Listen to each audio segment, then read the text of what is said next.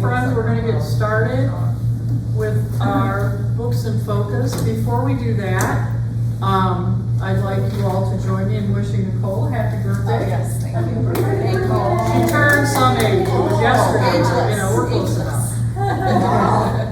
Happy birthday. Thank you. We're going to talk about the new books that are coming out in the month of September. And we'll use our usual format. We'll begin with the for sure bestsellers in the fiction. $1 Billion Ransom by guess who? Dan Carroll. This is a 6 kidnappers pursue a very large 10-figure payout. In this thrilling novel featuring breakneck pacing and loop-de-loop plotting. The family patriarch is ready to pay the kidnappers, but Special Agent Nikki Gordon does not want to pay them. Not a dime. So they're going to have some conflict there. Next we have The Academy by Ellen Hilderbrand. This is one by one a scandalous, I'm going to start that over. One by one, scandalous blind items begin to appear on phones across the campus. Thanks to a new app called ZipZap, and no one is safe. At Tiffin Academy, everyone has something to hide. This is Ellen Hilderbrand and her daughter, Shelby Cunningham, collaborating on this irresistible, deliciously scandalous story of one drama-filled year at a New England boarding school. We also have The Impossible Fortune by one of our favorites, Richard Osman. That'll give us another edition of Thursday Murder Club. Our Thursday Murder Club friends, Joyce, Elizabeth, Ron, and Ibrahim, have had a quiet year. And then Elizabeth meets Nick. He was a guest at a wedding. And the thrill of the chase is ignited once more. And their lives get exciting, and Nick disappears without a trace, and his cagey business partner becomes the gang's next step. Circle of Days by Ken Follett. There's already a nice long hold list on that one, so if you want to be third in line after me. Joyous vision of a great stone circle assembled by the divided tribes of the plain will inspire Seft and will become their life's work. Drought, mistrust between the herders, the farmers, the woodlanders, and an act of savage violence eventually leads to open warfare. This is a deeply human story of one of the world's greatest mysteries, the building of Stonehenge. The Secret of Secrets by Dan Brown. Robert Langdon travels to Prague to attend a groundbreaking lecture by Catherine Solomon, a prominent scientist with whom he has begun a relationship. Catherine and her manuscript disappear, and Langdon is hunted by a chilling assistant on a thrilling race through dual worlds of futuristic science and mystical lore. Langdon uncovers a shocking truth about a secret project that will forever change the way we think about the human mind. We have The Portrait by Danielle Steele. This is a sensitive story of two successful people who have built walls around themselves, and it emerges as a wise chronicle of the rocky path to true courage and connection. A gifted portrait artist and a high-powered subject have to confront their old wounds to embrace new love. Apostles' Code by William Kent Kruger.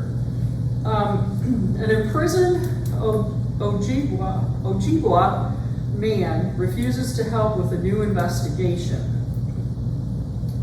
This is a Cork O'Connor book, part of that series.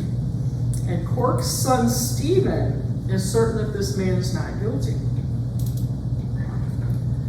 And Cork's grandson is convinced that the Wendigo, mythical cannibal ogre, has come to Tamarack County, and it won't leave until it has sated its hunger for human blood. And Cork keeps trying to crack this case. He suspects there are people in Tamarack County who are willing to commit murder again to hide the truth. This is number 21 in the Perimeter's Cork O'Connor series. And I already have it on reserve. And what? And I already have it reserved. Oh, do you really? Okay, get behind Carol on that I one. think there are two of us. And then we have Denied Access by Vince Flynn. This is a 24th Mitch Rapp in that series by Vince Flynn. Mitch Rapp, a truly minute assassin in the secretive Orion program, finds his problems becoming very personal. His Swiss girlfriend Greta's grandfather receives a box containing the head of a former Cold War comrade, along with a note promising that Greta's head will be next. And this book picks up where Killshot ended. Rapp is on a mission to save the woman he loves amid CIA showdown with Russian intelligence services.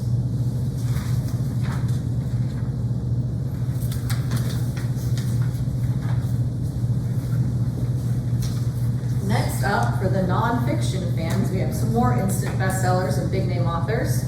Mary Roach's latest one is a rollicking exploration of the most complex machine in the world, the one you could not get replacement parts from the manufacturer. It's about our body and all the weird things it does and all the weird things they're working on in the near future to improve us. We the People promises to be a landmark, lavishly illustrated book from Harvard professor of history and law. She's going to argue the philosophy of amendment that is foundational to American constitutionalism, the challenging originalism, and the Supreme Court's monopoly on the Constitution interpretation. A lot of big words about government and the Constitution, which I can't wait to read and learn from. The newest from Elizabeth Gilbert. 20 years ago, Eat, Pray, Love inspired millions to embark on their own journeys of self-discovery. A decade later, Big Magic empowered others to be their most creative selves. And now, another landmark book, this one about love, loss, addiction, recovery, grief, and liberation. A collection called History Matters that has never before been published. David McCullough's thought-provoking essays.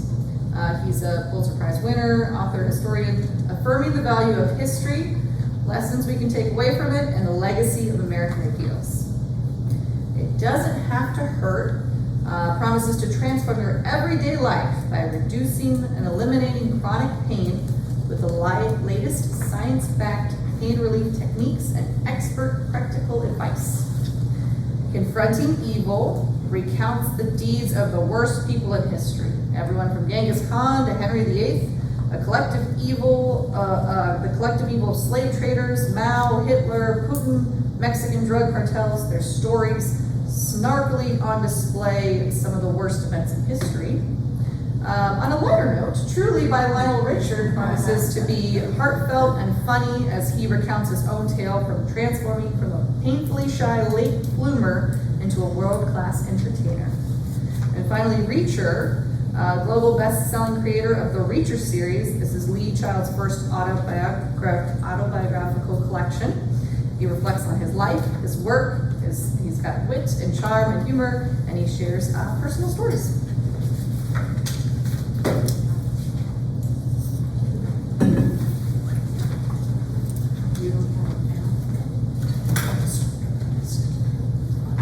All right, we'll get started with some of the ones that the librarians picked out to highlight for you. Gray Dawn by Walter Mosley. 1970s Los Angeles is a transient city of delicate, violent balances, where Detective Easy Rawlins has finally settled into a happy rhythm of his new life, enjoying the fruits of his success. Until he is hired to search for a missing woman. And when he finds out her real name, he realizes that she is a dark siren from his past who can threaten the peace he has fought for. This is the 17th Easy Rawlins mystery from Mr. Mosley. For reading likes, I chose two other big names in crime fiction. Elmore Leonard. This one is called Charlie Martz and Other Stories. There are 15 stories in this one by Elmore Leonard, who is, by all accounts, a superb craftsman. Whether you like his dark and gritty stuff or not, he's a good craftsman. And James Lee Burke, he is one of the kings of Southern Nore, and he's sharing 8 stories in this book in Harbor Lights, featuring unforgettable characters and lyrical prose that his fans expect. At last, I was going to sing that, but anywho, by Marissa Silver. At last paints a vivid portrait of mid-century American Midwest, capturing the essence of a time and place where societal norms and personal aspirations often clashed. This rich family saga centers on 2 fierce and competitive matriarchs whose intertwined lives reflect the complexities of family, tradition, and personal ambition. If you lived in the 50s, you just might have known those 2 names. For real likes, I chose Saturday Night at the Lakeside Supper Club by Brian Straub. This is where 2 very different Minnesota families have to work through their legacy, their hardships, and hope. Each of those families has a restaurant business, and the husband and wife each inherit those, and life is fun. And the mysteries, 2 young girls and a friendship, helping us to make sense of a swiftly disappearing past and a radically transforming future. And also, if you were alive in the 50s, you know exactly what that means. Of course you did. I had to go for the horror. Okay, now Jenny's going to present her horror book. Yes, I just said it on this list. So we have Fiend by Alma Katsu. If you've heard of her, she normally does historical fiction. She's written The Deep about the Titanic, A Fervor about Japanese internment camps. This is her first delve into horror. So historical fiction queen Alma Katsu turns her talents to the modern world in a haunting story of family and evil reminiscent of Poe's The Fall of the House of Usher, and perfect for fans of the movie Ready or Not, if you've seen that. The highly successful Berisha family has always been lucky. Rival businesses fall apart, harmful evidence is buried in a surprise earthquake, and their success is unparalleled. But when their luck runs out and the family blessing turns into a curse, the family begins to splinter and blood starts to spill in this twisty and atmospheric gothic horror. My first real life, The Fall of the House of Usher by Poe, a fast-paced classic Poe story that centers around madness, family, and isolation, written in his signature style. You might also enjoy the show The Fall of the House of Usher on Netflix. It was the perfect read-alike. Well, watch-alike? Call it that. Next one, Mexican Gothic by Sylvia Morena Garcia, and that we do only have digitally. It is an atmospheric and mesmerizing read that will transport readers to High Place, a house in the Mexican countryside. When wealthy debutante Noemi arrives at High Place after receiving a frantic letter from her cousin, she realizes not all is as it seems in this house filled with dark secrets and whispers of violence and madness.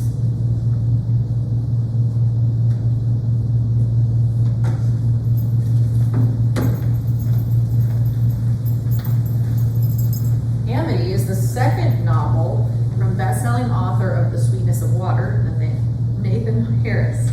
Amity takes place in New Orleans in 1866. The Civil War might be over, but former slaves Coleman and June have yet to find the freedom they've been promised. 2 years ago, these siblings were separated, and their former master, Mr. Harper, took June to Mexico. Mr. Harper was hoping to escape the post-war changes in the South, it seems. leaving behind Coleman in Louisiana to serve the family. Coleman always hoping to see his sister again. A letter from Mr. Harper arrives summoning Coleman to Mexico, and he thinks it's good news. He anticipates being reunited with his sister. But on his journey, he and Mr. Harper's daughter are forced to flee, and now they are on the run in the Mexican desert, desperate to be reunited with their family. They're under the impression that Mr. Harper owes some not very nice people some money who are also after them. Promises, I think it'll be a bestseller this fall, something with a lot of book buzz. Reads like June. In this one, a young girl must take life-altering choices after awakening her sister's ghost, navigating love, friendship, and power as the Civil War approaches. This one's really great. I'm reading it right now. The author says she wanted to write a flawed, hard-to-love, complicated main character as a slave, and she's really doing it. Wild Dark Shore just came out, and this one also sounds like an adventurous tale. But a little less Civil War focused, so a different take on it. But a family lives alone on a remote island. They're watching over the world's largest seed bank, and a mysterious woman washes ashore. A storm is approaching, and decisions of trust and protection loom on this once peaceful family. The Loneliness of Sonia and Sunny. You'll also have to get on hold for this one behind Christine, because this one was just nominated for this year's Booker Prize. I do believe. In this one, the snow takes place in the snowy mountains of Vermont. Sonia is lonely. She's a college student. She's an aspiring writer. She's very homesick for India. She meets an older artist, a man, who casts a dark spell on many years of her life. In Brooklyn, Sunny is also lonely. He's a struggling journalist from Delhi. He is beguiled by his American girlfriend. He's perplexed by this country where he is struggling to find his path and his future. Sonia and Sunny both deal with feeling alienated and definitely questioning their happiness. Back in India, their families can't fathom how somebody could live in America and be bored and lonely, feeling alienated, and the family in India plots to have these two meet. The meddling does not go well. Part love story, part family saga. It's going to take on the complexities of our time. Be sure and check out this one from a Booker Prize winning nominee. Makes me think of The Correspondence that's still on the news shelf. In this one, throughout her life, Sybil has used letters to make sense of the world and her place in it. Most mornings she writes one. To her brother, to her best friend, to the president of the university who did not let her audit that class on Joe Didion and Larry McMurtry, which she would have really liked, okay? She's had a full life, a mother then grandmother, wife then divorcee, a respected lawyer, and one day a letter from her past arrives. Also made me think of the South. In this one, Jay is left a property by his dying grandfather. He does have to go on a little journey to go find the land, and once he's there, he needs to figure out what to do with it. He also forms an unexpected connection with a local farmer's son. A sweeping and intimate story of what happens when private and public worlds collide and how to deal with threats to your livelihood, because the farming industry is not looking very promising. And you'll be behind me on that one too. This is Christine's hits today. That was also me. Was it really too? Yeah. She really likes her Booker Prize. Okay, so we have, I'm hoping I'm saying it right, but her full name in the book series is called Sylvie Ann, so I'm gonna say Vianne. Vianne by Joanne Harris is the book number 5 technically, or the prequel to the Chocolat series, if you remember that. It's the movie with Johnny Depp. So Chocolat was the first one. Vianne is the 5th book, but it's technically the last, but you can read it as a prequel. So 25 years since the first book was written, Vianne is the long-awaited story of Vianne Rocher, and begins 6 years before she opens her chocolaterie in small French village of Masquinet. It is a blend of magical realism and foodie fiction. Readers will fall in love with her strength, resilience, magic, and vulnerability. It is well written and filled with rich descriptions. This is a perfect, gentle summer read that will leave you with a sweet tooth. First read-alike is The Strawberry Thief, which is technically number 4 in the Chocolat series. This one is a gentle and inspiring story overflowing with likable and relatable characters, and it follows her back to Lansquenet. So she originally leaves it in some of the other books and then comes back in number 4, where she continues to weave her magical chocolates. Elements of magical realism, romance, and a hint of mystery. It is a beautifully written and immersive read that will capture you with its whimsy. And then it made me also think of Kitchens of the Great Midwest by J. Ryan Trawl, partially because of the magical realism element.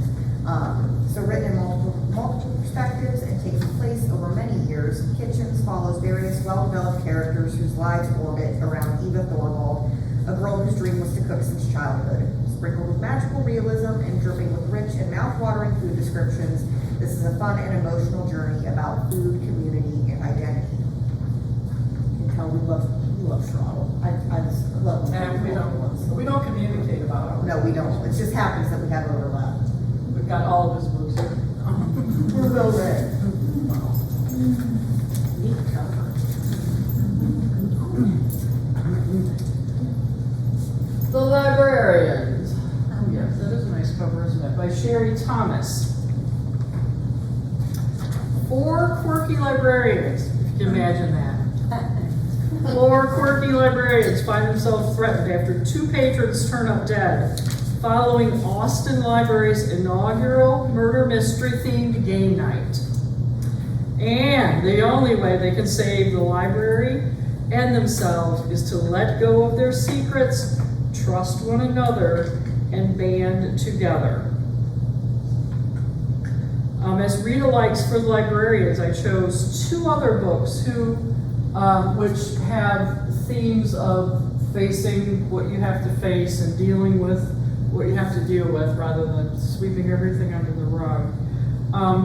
A Ruse of Shadows is about Charlotte Holmes. She's accused of murder and she meets the trifecta criteria: motive, means, and opportunity. But can she save herself from prosecution? And also 12 Angry Librarians is an 8th in the Cat in the Stacks series. Now, this has an interesting premise. Gavin Fong, an insufferable know-it-all, tells the crowd of the Southern Academic Libraries Association that AI will soon make degree librarians obsolete. What a fine statement to say when they're all gathered in front of you. Following this unpopular prediction, he turns up dead. And Charlie Harris is the protagonist of the story, and he becomes the top man on the suspect list. Has our Miranda read all of these cat books? I'm sure. Yeah, she probably has them all hanging on her wall. I don't know.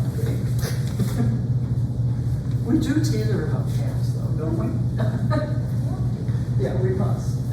The Lost Story of Ava Fuentes starts in London in 2024 with American expat Margot, who's hired to source a book that's more than 120 years old. She thinks it's going to be hard. She's found out that there's only 1 copy, but the real challenge arises when she finds out there's another buyer interested with no budget.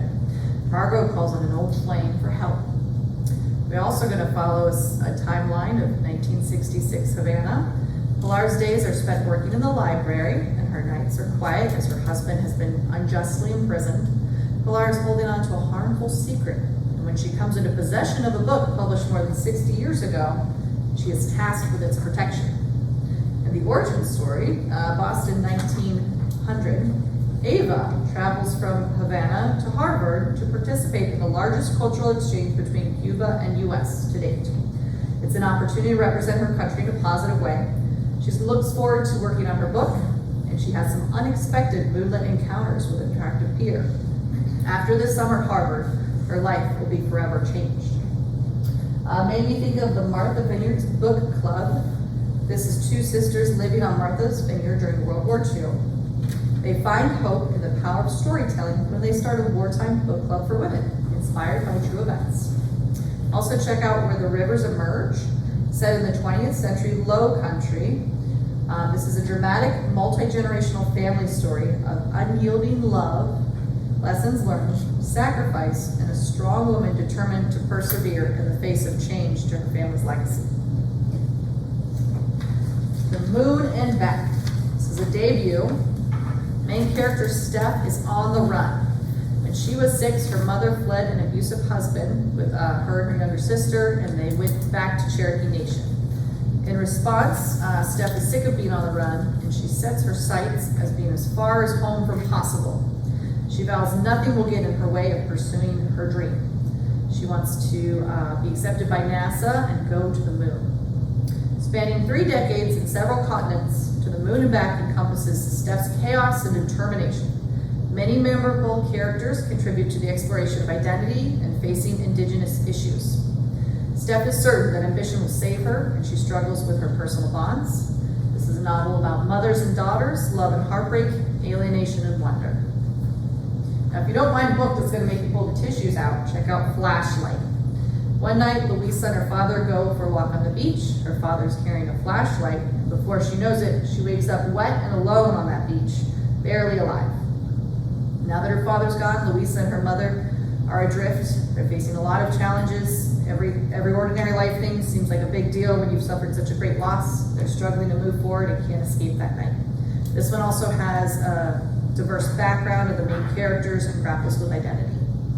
Also check out The Bright Years on the new shelf. This is one family, 4 generations, a secret son, and a devastating addiction. A Texas family deals with loss and inheritance.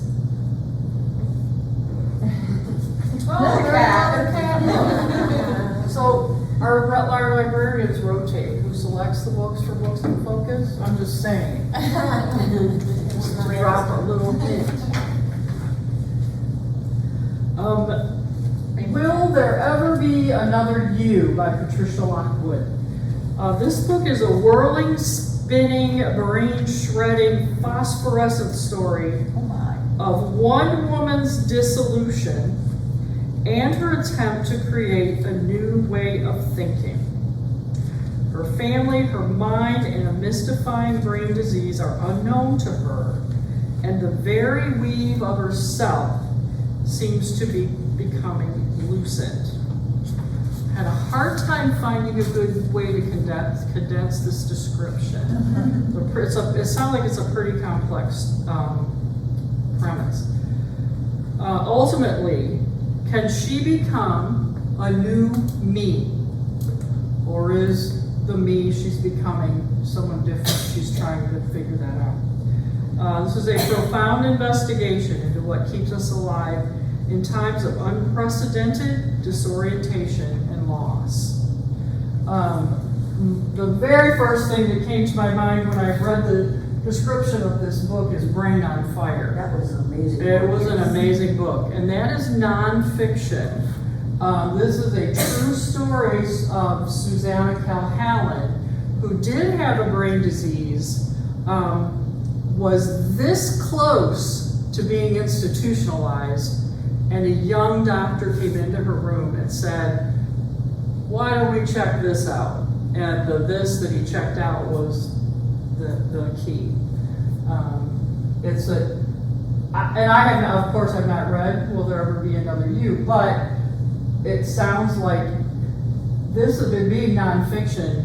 I thought of this as a pretty damning presentation of the American medical system. Maybe not everyone felt it was that way, but that was definitely what it reminded me of. She wrote a follow-up book called The Great Pretender, which made me want to give my psych degree right back to the Ohio State University. But I didn't. I kept it. And the other read alike is kind of a funny story. This is in our teen section, but it also is it's a young person who he attempts suicide, and after that attempt, he was placed into a psychiatric hospital for treatment. And as he gets to know the other patients there, and they talk about and share their struggles, he finds his way to confront his own anxiety, which is, I think, probably what is the hope for most people who treat mental illness. And actually, Nicole mentioned a book in her intro, Replaceable You by Mary Roach, That is also nonfiction, but that might fit into this topic pretty nicely. And The Secret of Orange Blossom Cake. Christine got this one too. What is the very first read-alike I thought of? I didn't put it up there though. Black cake. Cake, everywhere cake, right? And there's a lot of similarities. And then Jenny mentioned Herbie Vian, also cooking and magical realism. That's what all these other books are going to have in common. The Secret of Orange Blossom Cake introduces us to a young chef who is pressured to complete her new cookbook before the end of summer. She unearths a web of family secrets in the process, involving a magic cookbook and a lost recipe for orange blossom cake that holds the key to everything. A magical cookbook and a summer on her family's Italian olive farm on the shores of Italy's stunning Lake Garda help this broken-hearted social media chef cook up a satisfying new life. Read-alikes for that were not hard to find. This is a very popular theme right now. Recipes for a Charmed Life. American chef Mae Jackson finds her life upturned and her shot at a Paris restaurant job in doubt. A jaunt to a small island near Washington State to visit her mom unravels some astonishing secrets and leads Mae to question her own definition of a charmed life. And also A Taste of Sage. This story is about Lumi, a young chef who takes a job working with the difficult Julian in his Manhattan restaurant. When Lumi experiences a tragedy, her love life and her professional plans become very complicated.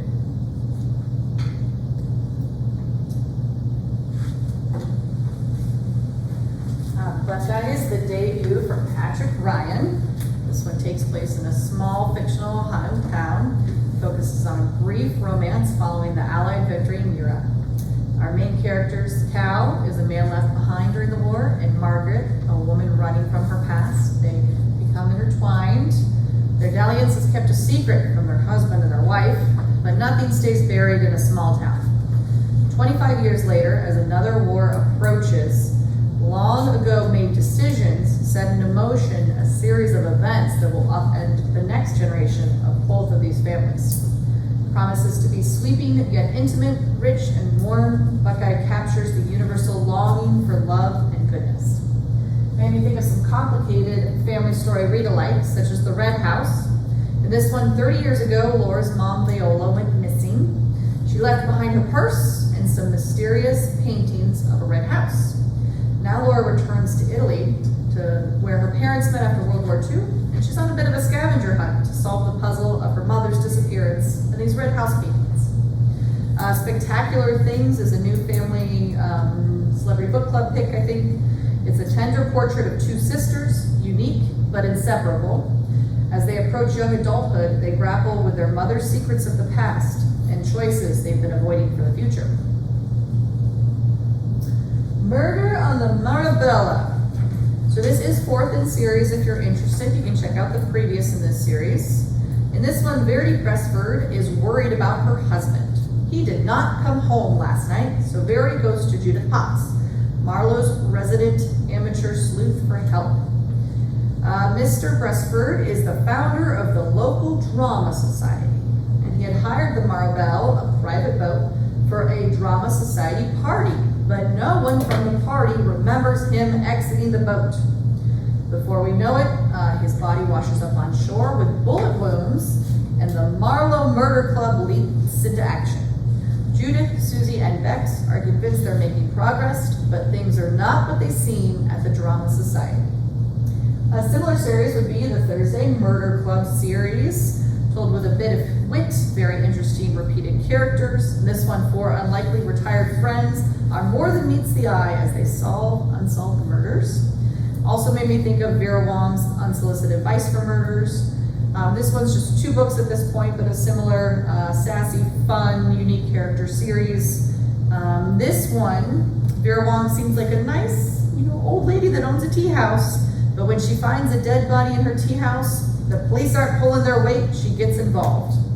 All three authors have a signature humor about them. They're a little different, but they have a very unique wit about them, and their books are filled with cantankerous and lovable characters.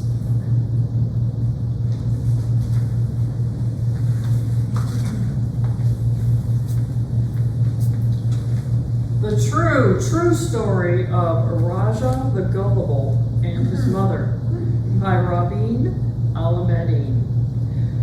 This is told in Raja's irresistible and wickedly funny voice. This novel dances across 6 decades to tell the unforgettable story of a singular life and its absurdities.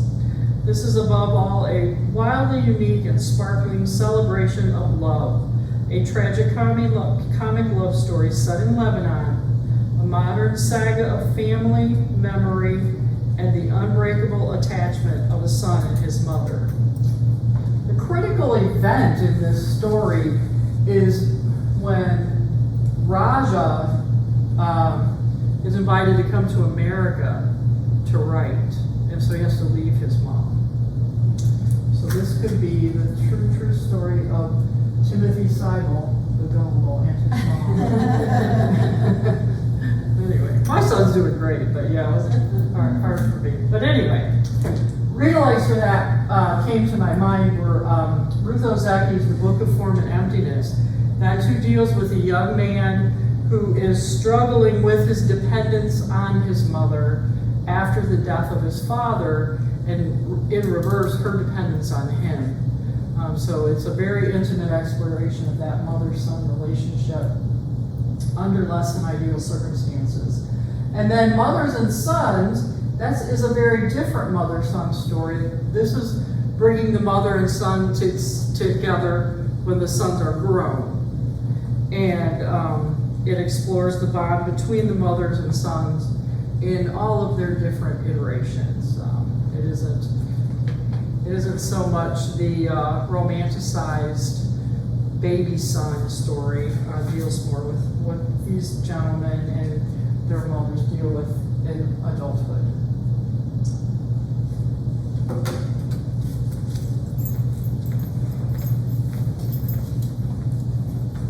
Okay, we have the newest Slow House book by Nick Herron.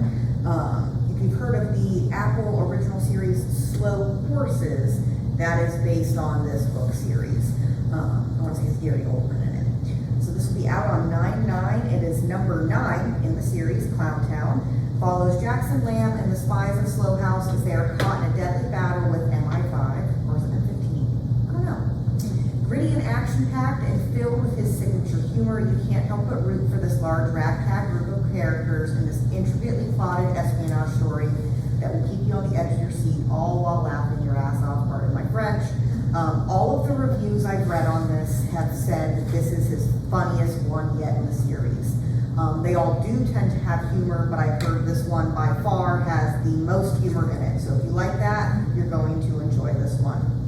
The first read-alike is Standing by the Wall, which is the collected Slow House novella, so it's technically an 8.5. It takes place in between number 8, Bad Actors, and number 9, Clowntown.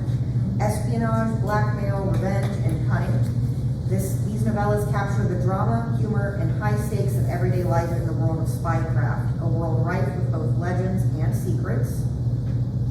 Next read-alike is Agent Running in the Field by John Le Carre. I've heard that he's a great spy fiction. Like he's the tip-top of spy fiction.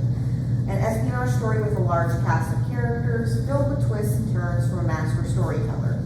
Contemporary and dramatic readers will meet Nat, a 47-year-old veteran of Britain's Secret Intelligence Service who is unexpectedly recruited for just one more job. So, just one more job.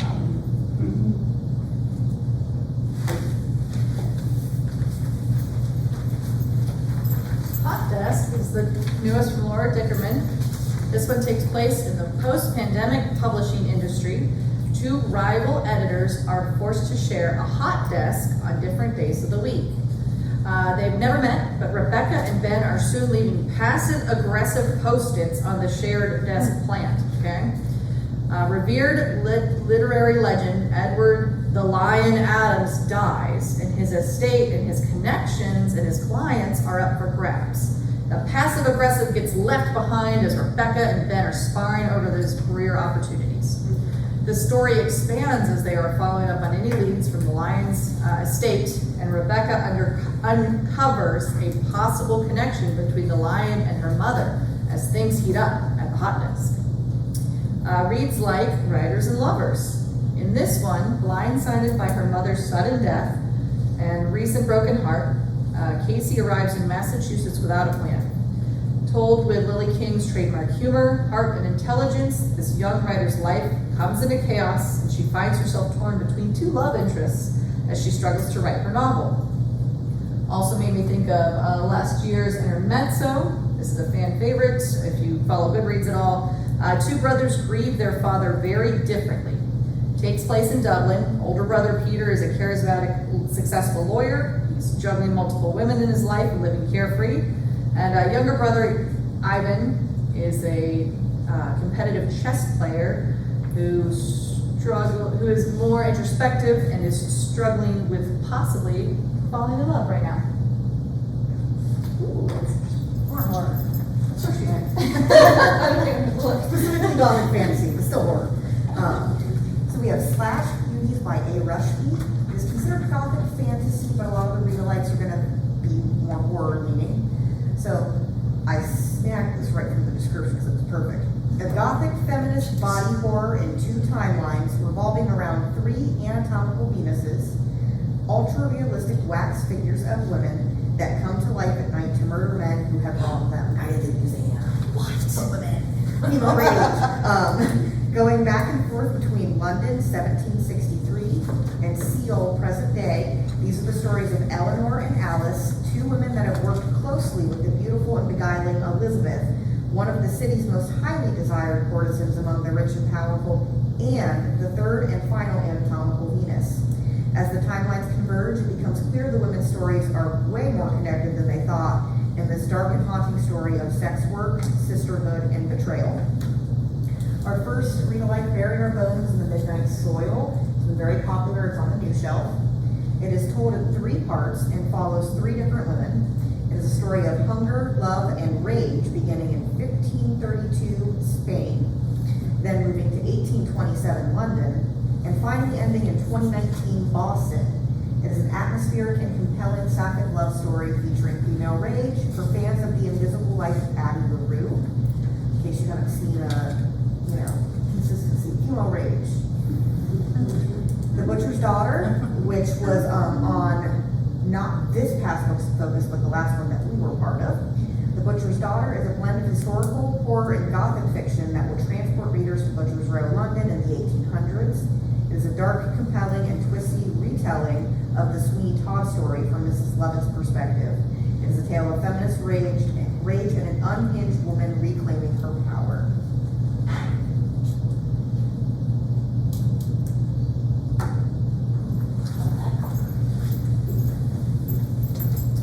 Maybe when Jenny does books in focus, we should have a trigger warning. She will, I don't know. I guess I don't know what's at the other books in focus so much. Poor Jenny, as soon as she always gets those dark ones. I like those ones. I know you like them, but, okay, anyway. I'm sorry for you, but I know you like them. Okay.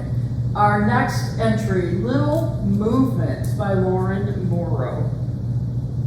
This is a tender-hearted debut novel about a Black woman who is finally given a chance to pursue her dream of becoming a renowned choreographer.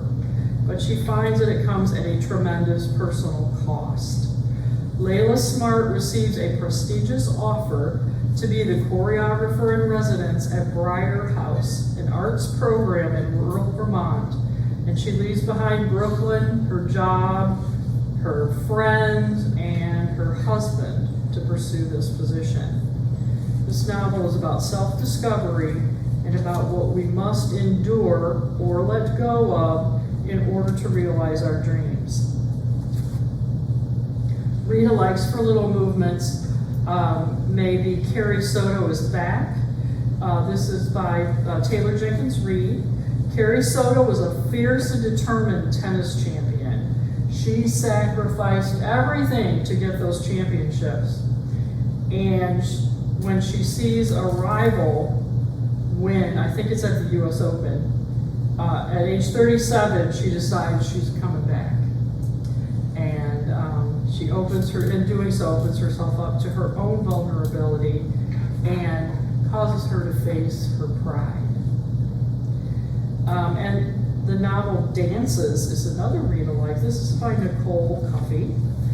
After achieving her dream, Cece is faced with a choice that has the potential to derail her dance career and shatter the life she's cultivated for herself, sending her on a pilgrimage to find both her estranged brother and to reclaim the parts of herself lost in the grinding machinery of the traditional ballet world. These themes are very popular right now. What are we giving up to reach for our dream? To the moon and back that Nicole talked about also had a lot of the same sort of attributes.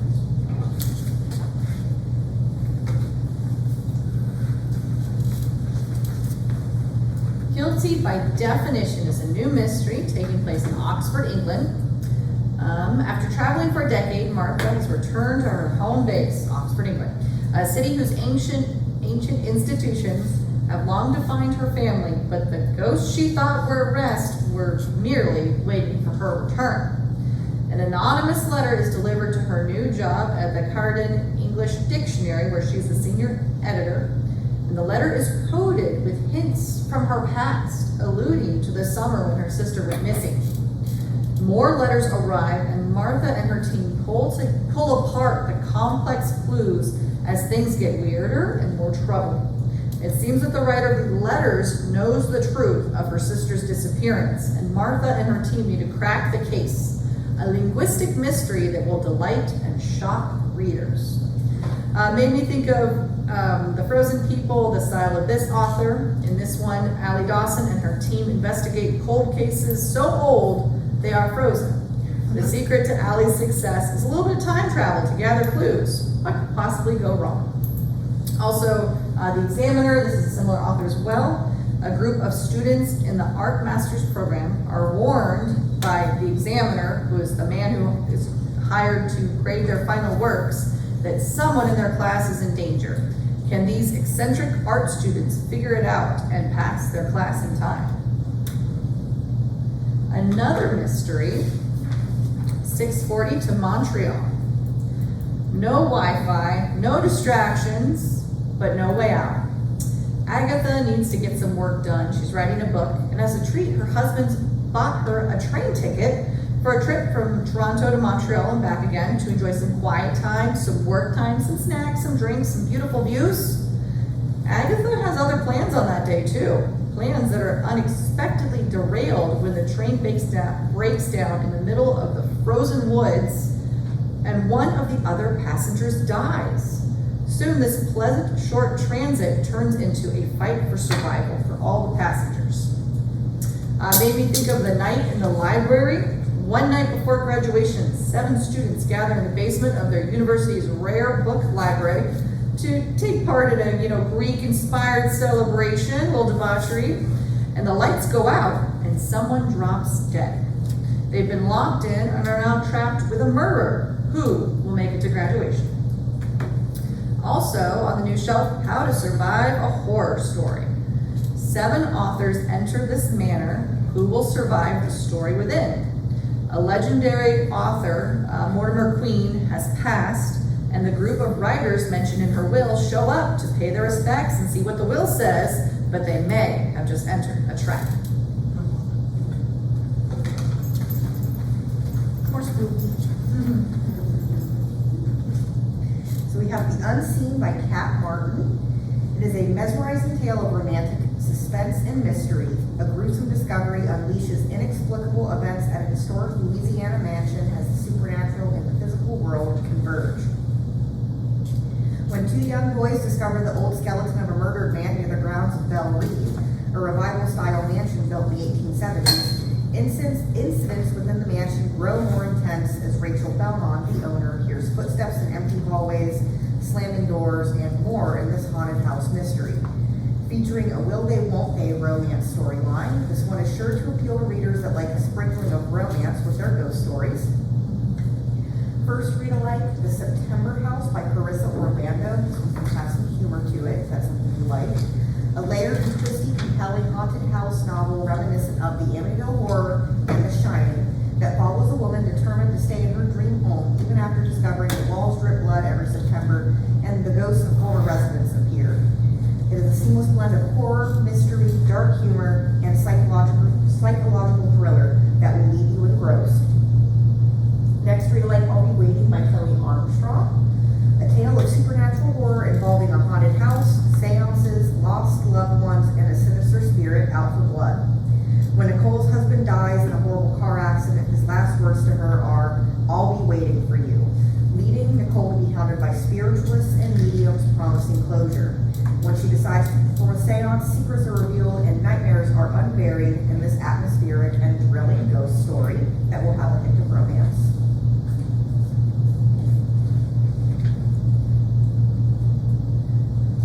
Next, we have The Wasp Trap by Mark Edwards. It's considered suspense. A dinner party at a beautiful Notting Hill townhouse turns into a sinister game as 6 old friends are forced to spill their darkest secrets or else. When 6 friends reunite in London after the death of their ex-employer, a night of bittersweet nostalgia turns into a nightmare when they are held at gunpoint with the ultimatum of reveal your darkest secret or pick one to die. Alternating between past and present, this is a clever and fresh, fast-paced, twisty thrill ride with a surprise ending that will satisfy readers. It immediately made me think of 2 books, Alice Feeney's Days in Darker and Lucy Foley's The Midnight Feast, because these are both kind of locked rooms slash secluded island mysteries. The first one, join the Darker family as they reunite for Nana's 80th birthday party. What starts as a family reunion turns into a game of cat and mouse as family members end up dead. In order to survive, this family must reckon with past and present secrets in order to survive the night. Midnight Feast by Lucy Foley, an atmospheric thriller with twists that transport readers to the manor, a luxury retreat where no expense is spared. However, under the bright sun, darkness and secrets stir. It all began with a secret 15 years ago. Now the past has crashed the party, and it will end in murder in this wildly engaging novel featuring multiple point of views that will leave you on the edge of your seat. Both really popular either last year or beginning of this year.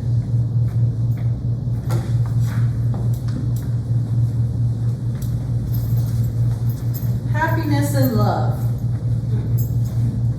Cover looks more like despair and heartbreak, but let's see where this goes. Years after escaping New York and the group of self-important, depraved, unscrupulous artists, our main character is returning to New York. She has no plans to see anyone she knew in her former life, and she's wandering the Lower East Side thinking about the recent death of her best friend, Rebecca. She runs into this guy, Eugene, who is half of an artsy power couple that she knew in her former life. And since she's distracted and not thinking about it, she does quickly accept and then immediately regret a dinner party invitation. The dinner party was hours after Rebecca's funeral, so our main character is not in a good place mentally. The party's delayed as the guest of honor, a new, young, fabulous, famous actress, has not yet arrived. Our main character is waiting, and she's mentally eviscerating all of her former friends and thinking about their delusions and struggling with her own delusions and her former self and their failed relationships when the guest of honor finally arrives, beginning a truly disastrous evening.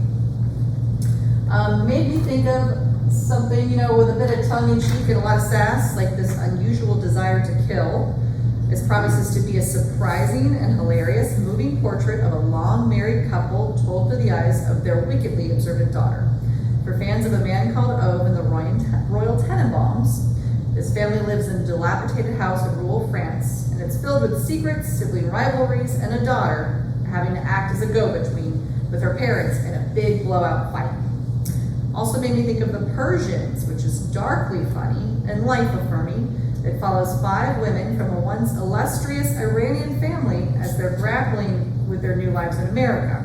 There's a big family reunion trip to Aspen, and it goes terribly wrong, and the family's veneer of keeping everything together is cracked wide open. Part satire, heartful, philosophical, at times witty, and outright absurd. Check out the Persians. I don't even have that. Okay, for the last of our fiction, we have The Bells by Lacey Dunham. It is dark academia. And in my description, it says, Mean Girls meets dark academia in this richly atmospheric, seductive coming-of-age novel set in 1951 at the prestigious and secluded Bellerton College.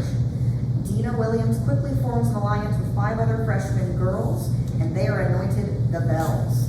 But no sisterhood comes without secrets, and as Dina starts to see the sinister history of Bellerton, she must make a dangerous choice in this novel that explores the dark side of girlhood, the intricacies of privilege, and the need to belong no matter the cost.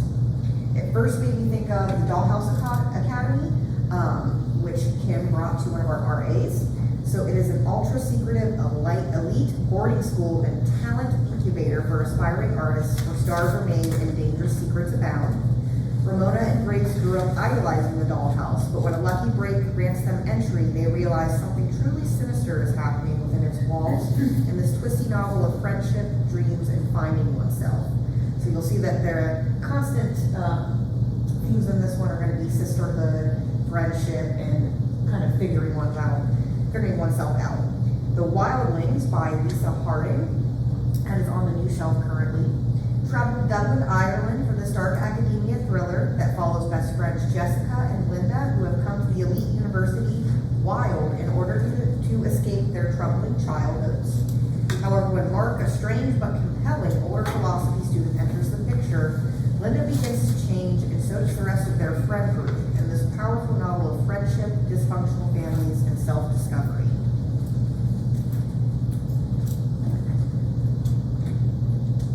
On to our nonfiction. Our first one is Dark Renaissance by Stephen Greenblatt. It is, you can't read it. It says The Dangerous Times and Fatal Genius of Shakespeare's Greatest Rival, was like a little subtext title. So it is a well-researched biography filled with literary criticism and written in Greenblatt's signature prose. This will be a satisfying read for fans of history, Shakespeare, and the person it's about, Christopher Marlowe, which is his rival.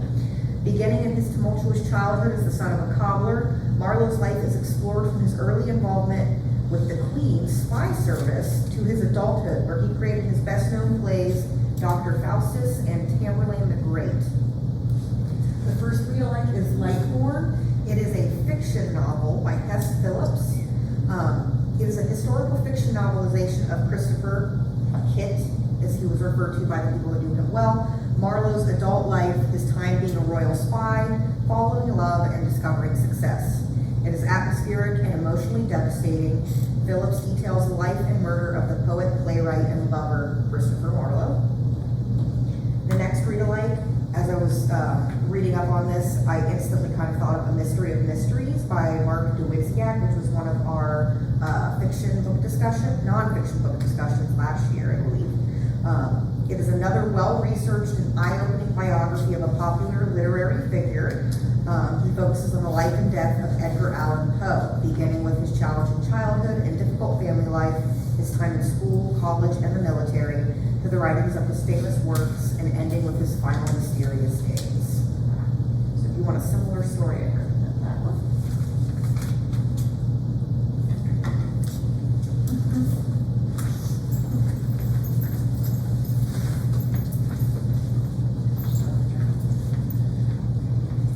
All right, next up we have When Everyone Knows That Everyone Knows. This is by Steven Pinker. He is one of the better thinkers on our planet right now. He writes on a variety of subjects. This one is about how we think about common knowledge, what he calls common knowledge. And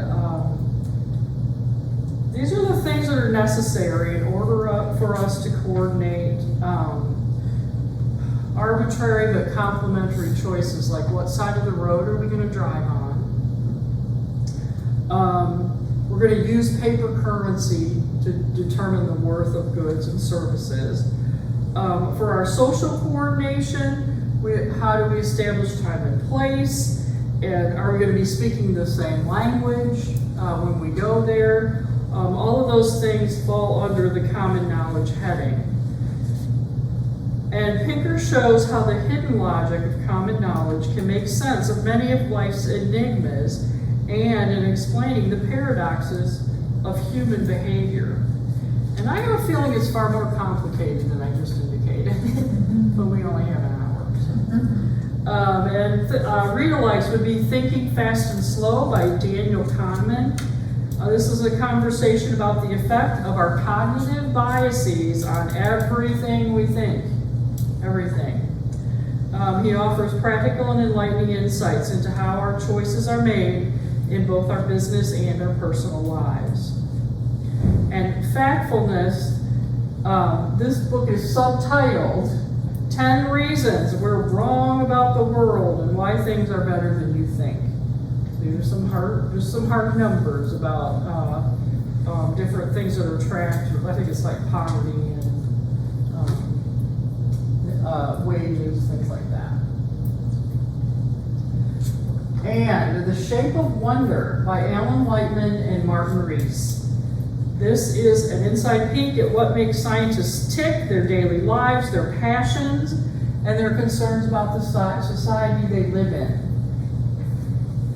Read-alikes for this book would be some previous similar titles by famous scientists: Neil deGrasse Tyson, Letters from an Astrophysicist, and Edward O. Wilson, Letters to a Young Scientist. Edward O. Wilson is a biologist, and he grew up in the South. He has kind of an interesting upbringing that he shared. This was to be shared with his students.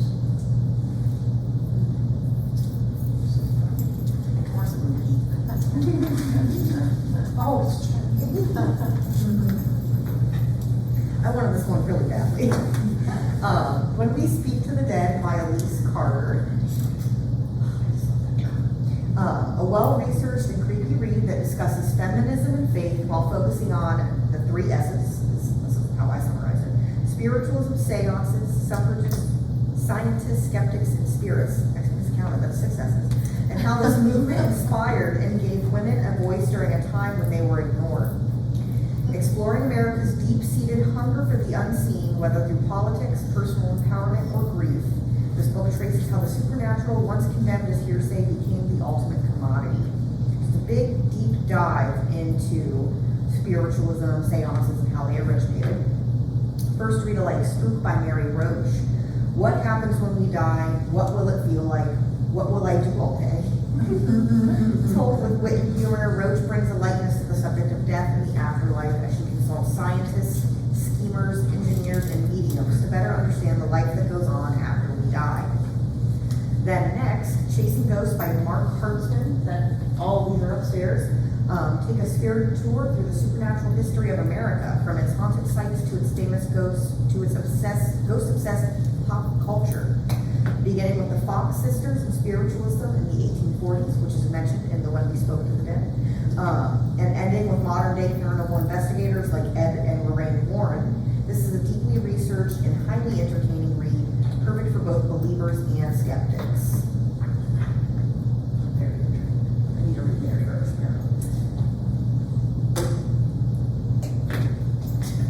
Spinal Tap. You grab Spinal Tap?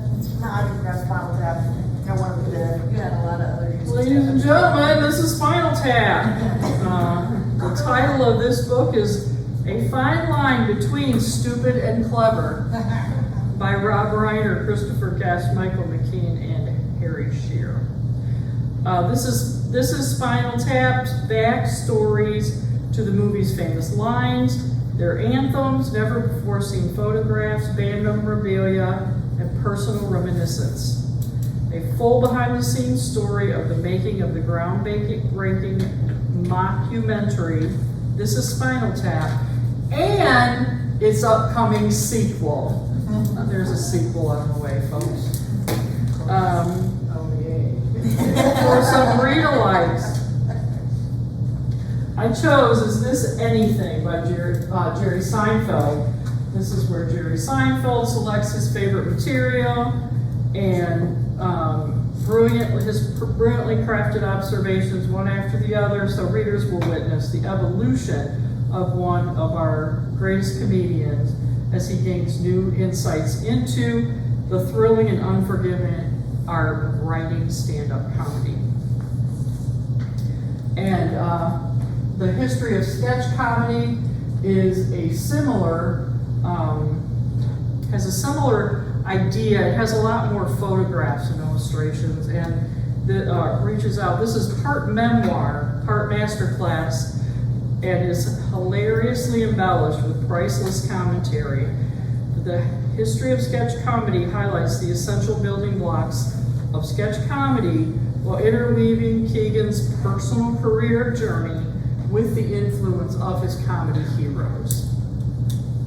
That's a little more expanded. It's hilarious. Oh, I know. Absolutely hilarious. I won't lie, I picked this one because I just said the title really intrigued me. Why rats laugh and jellyfish sleep, and other enchanting stories of evolution. Are you a fan of popular science, strange animals, evolution, and weird facts? Then this lively book that takes a deep dive into the lives of 9 familiar creatures, bumblebees, dogs, sparrows, earthworms, and more, to show the rewards of looking deeply into nature. It is for you. Written by an award-winning science writer whose work has appeared in Scientific American, the New York Times, and the Wall Street Journal, this is an enlightening and entertaining, quick and easy read for fans of nature and animal nonfiction. Another read like that's not up here would be Vanishing Creatures by Ruth Rendell. But last one would be 2. So, Night Magic, a study in glorious celebration of nature in the dark that will embrace readers as it describes the beauty of the night world that we inhabit. From gigantic moths to night blooms and bioluminescent mushrooms, Penguin worked alongside naturalists, biologists, and other experts to create this beautifully written and fascinating read that explores nocturnal beauty and will make you want to explore your own yard after dark. Then, The Last Reel-like Infinite Life. By examining eggs from their earliest histories to the very latest fossilized discoveries, encompassing the myriad changes and mutations of eggs from the evolution of yolk to the hard eggshells of lost dinosaurs, to the animals that have evolved to simultaneously give birth to eggs and live young, Howard reveals untold stories of great diversity and majesty to shed light on the huge impact that egg science has on our lives. I want to say that's a newer title as well. I just love its cover. All the eggs is so fun. And then, so that's it for today. And our next Books in Focus is going to be September 9th, same time, 3 p.m. And don't forget that this Thursday coming up, we have the Scott Parson, Michael Carita author visit coming up. If that's something you'd like to enjoy, stop by. And I want to say, is the local author fair happening that same week as Books in Focus? Yes. September 13th. Yes, I see it now. Okay, I thought it was happening. So September 13th is when that local author fair is happening as well. And all the information for that is also on the same sheet that we have the Scott Parson info on. So if you grab one of